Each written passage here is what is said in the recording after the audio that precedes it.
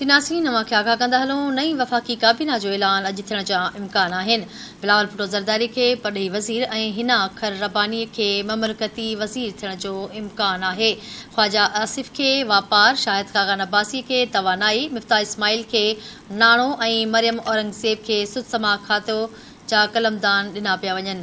इंसानी हक़नि वारी वज़ारत पीपल्स पार्टी जी शाज़िया मरी या मुस्तफ़ा नवाज़ खर खे ॾियण ते ग़ौर कयो पियो वञे। सिंध में गवर्नर PP ऐं MQM जी मुशावरत सां मुक़ररु थींदो। तव्हांखे अहम ख़बर ॾियूं पिया। नई वफ़ाक़ी काबीना जो ऐलान अॼु थियण जा इम्कान आहिनि।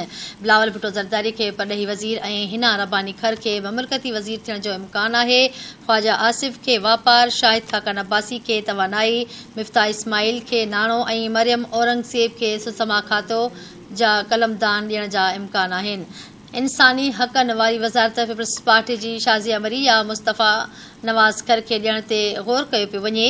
सिंध में गवर्नर PP ऐं MQM जी मुशावरत सां मुक़ररु थींदो।